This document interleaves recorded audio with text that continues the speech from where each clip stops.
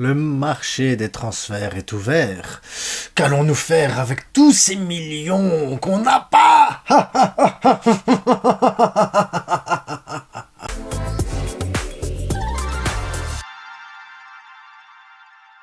Ouais, intro très court, très light, mais en même temps, l'intro allait à la hauteur de notre budget. C'est-à-dire, voilà. Donc là, on se dit, mais oui, mais il y a des possibilités, il y a toujours des possibilités.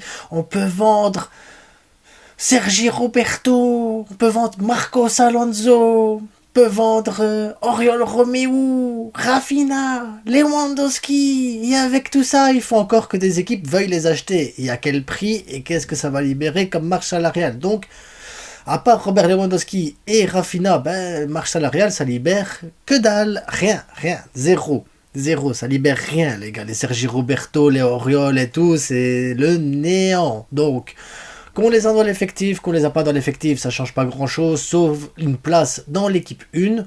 Et dans ces cas-là, Marcos Alonso va se faire opérer, donc est-ce qu'on doit le prolonger? Non. Sergi Roberto, est-ce qu'on doit le prolonger?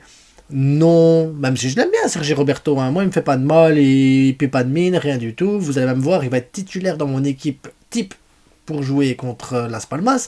Mais Sergi Roberto, à un moment donné, voilà, il faut passer à autre chose. C'est ça l'idée, c'est de passer à autre chose.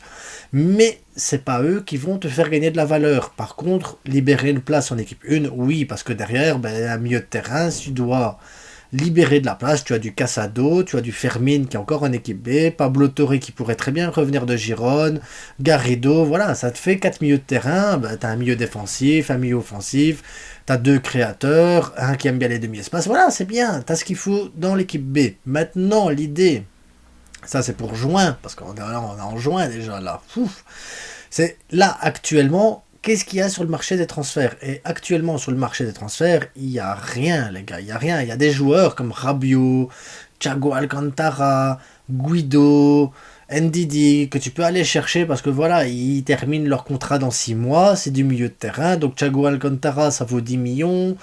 Il y a peut-être possibilité de faire quelque chose. En plus, il a l'expérience, il connaît le Barça, ça peut être sympa. Tu as Rabiot, il vaut quand même 40 millions. Est-ce qu'il y a possibilité de négocier avec la Juve en prêtant, en échangeant un joueur, un style Sergi Roberto, quoi? Peut-être, je ne sais pas, mais Rabiot n'est pas non plus le top du top. Mais après, le Barça, est-ce qu'il est le top du top actuellement?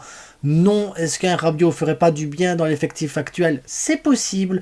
Comme Guido du Betis, un milieu défensif. On a besoin des milieux défensifs pour remplacer Oriol Romeu. Guido, ça peut être sympa. Maintenant, il a déjà 29 ans. C'est 24 millions. Voilà, voilà, il faut vraiment tout regarder. Ndidi, voilà, 18 millions, 27 ans, Leicester. Mais je suis pas fan de Ndidi. Maintenant, voilà. Là-dedans, il n'y a rien qui me tente spécialement. Mais rien, les gars. C'est un truc de fou. Et là, vous allez me dire, oui, mais pour plus tard, on peut regarder. Oui, mais là, en juin, en janvier, là maintenant, il n'y a rien, les gars, sur le marché des transferts qui peut être intéressant. Si, peut-être à négocier, mais voilà, c'est ces joueurs-là qui sont à négocier. Il n'y a pas d'attaquant, il n'y a pas de défenseur. Donc tu vas te dire, la priorité, ça veut dire de quoi? Aller chercher Cancelo et le signer officiellement, parce que lui, oui, c'est une priorité, 30 millions. Si on peut le faire, on doit le faire. Victor Roque vient d'arriver également, donc voilà. Ça te ferait ton attaquant, ça te ferait ton défenseur qui peut jouer. C'est sympa, c'est bien. Maintenant, si tu veux absolument chercher un top ailier, mais vraiment un top ailier, là, tu dois l'attendre le mois de juin pour négocier avec des joueurs qui ont plus que 1 an de contrat. Et là, dans les joueurs ailiers, 1 an de contrat, ça te fait Leroy Sané, 80 millions quand même, les gars. Je suis sûr qu'il y aura moyen de négocier plus bas, mais puis t'as Mohamed Salah, 31 ans, 65 millions, ça vaut le coup. Mohamed Salah, il ferait un bien fou, faut dire ce qui est. Dybala, un profil intéressant, mais est-ce qu'il pourrait réussir au Barça? Je sais pas, mais c'est quand même 25 millions aussi pour un joueur de 30 ans. Et c'est tout. Ça veut dire que tu te retrouves avec Dybala, Salah, Leroy Sané, c'est les 3 seuls joueurs en ailier réellement que tu peux commencer à négocier en juin parce qu'il reste 1 an de contrat. C'est des sommes folles. Là, tu te poses la question, qu'est-ce qu'on fait nous de notre côté? Est-ce que Félix, on va le chercher parce que 24 ans, oui, mais ça dépend de ce que va vouloir l'Atlético Madrid derrière. Si tu proposes 70 millions pour Félix, non, je préfère aller chercher, renégocier peut-être un Mohamed Salah ou chercher un Dybala ou un truc ainsi qui pourrait peut-être voilà, un joueur d'expérience, de toute façon, on a besoin de joueurs d'expérience, mais on a besoin d'un joueur, voilà, qui peut s'adapter tout de suite, qui connaît le haut niveau et qui peut jouer et performer tout de suite, parce que c'est ce qu'on a besoin, c'est du tout de suite réellement. Donc, dans toute ma liste, dans les jeunes, il n'y aura aucun jeune qui vient d'ailleurs que du centre de formation, parce que si on prend des jeunes qui appartiennent déjà à d'autres clubs, par exemple, je sais pas moi, Alvarez par exemple, c'est 90 millions les gars sur Transfermarkt actuellement. Et il a un contrat jusqu'en 2028, Alvarez. 2028. Tu peux très bien aller dire, bah, c'est pas grave, Zubimendi, 65 millions la clause, les gars. 65 millions, Zubimendi, 2027. Wirtz, Florian Wirtz, 100 millions, 2027. On n'a pas cet argent, les gars. On n'a pas cet argent. Sauf si maintenant, tu arrives à vendre Rafinha 100 millions. Il en vaut que 50, hein, mais si tu arrives à le vendre 100 millions, que Robert Lewandowski qui en vaut 20, tu arrives à le vendre 50 millions, dans ces cas-là, il y a moyen avec 150 millions d'aller chercher un de ces joueurs-là, mais pas deux, un de ces joueurs-là, parce que sinon la masse salariale pourrait diminuer.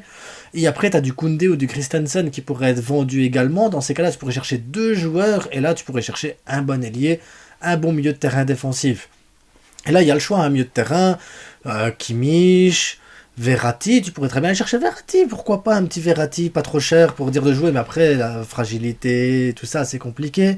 Là, tu pourrais aller chercher ton Zubimendi que tu as besoin, ou même Guimaraes, hein, qui est à 85 millions, mais dans ces cas-là, si tu vends Koundé, Christensen, Rafinha, Lewandowski, que tu libères la place avec les Marcos Alonso et tout, tu peux faire quelque chose de bien, parce que derrière, Michael Faye, Kourbassi, Hector Fort, Valet, ça peut le faire, il n'y a pas de problème, il y a moyen.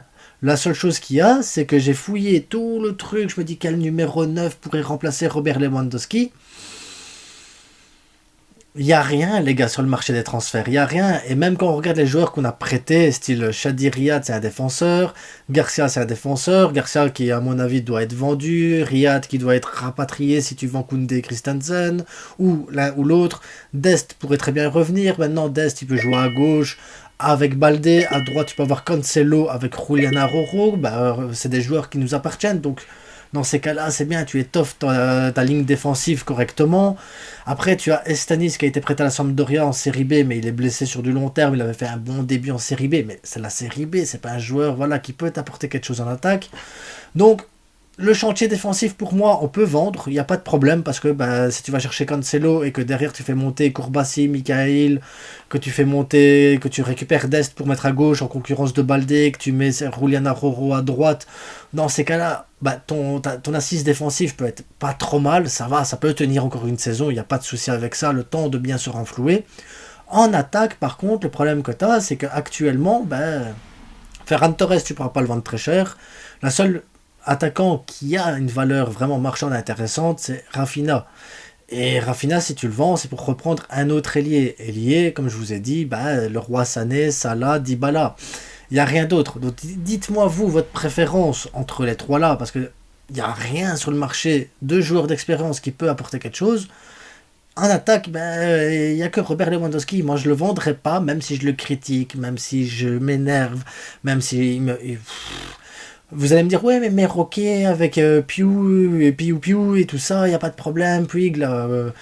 Oui, mais ça reste trop jeune, il faut un peu d'expérience, même si tu mets Lewandowski en doublure dans ces cas-là, et il faut encore qu'il accepte la doublure, ça pourrait le faire, sinon...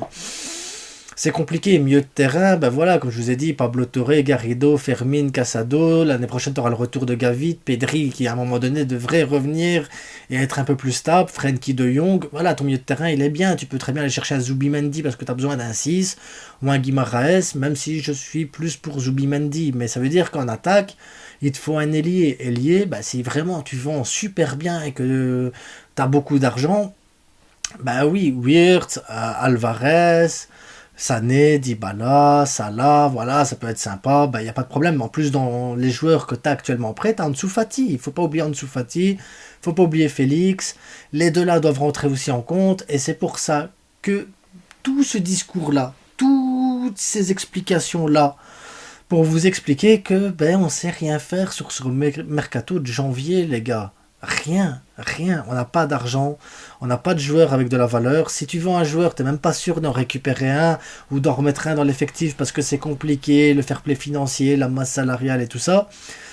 La meilleure chose à faire, c'est d'aller chercher peut-être Pablo Torre pour qu'il vienne jouer avec nous, même s'il joue que 20 minutes par match, en fin de match, pour apporter quelque chose, ça peut être un petit plus, parce qu'il appartient à l'équipe 1.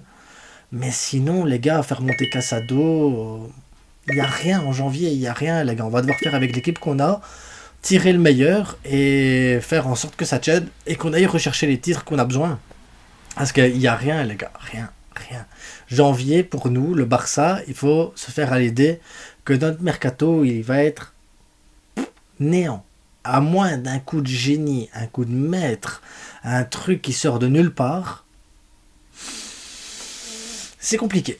En attendant, je voulais pas vous démolir le moral, mais vous dire que juste, on doit faire avec ce qu'on a.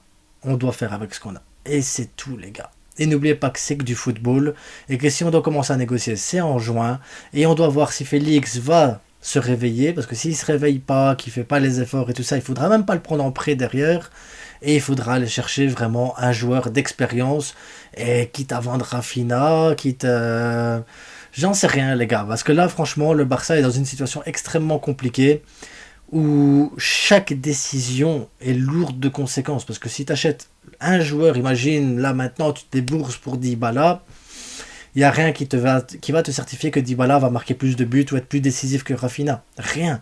Si tu vas chercher un attaquant, un numéro 9, que tu mets 100 millions là sur Alvarez, dans le futur, ça va apporter, mais est-ce que tout de suite ça va apporter? J'en sais rien. Parce que là, les seuls 9 qu'on a de disponibles, qu'on peut négocier là, tout de suite, maintenant, et que ça va aller, c'est Martial, Batshuayi, Olivier Giroud. On est tombé bien bas, très très bas les gars, très très bas.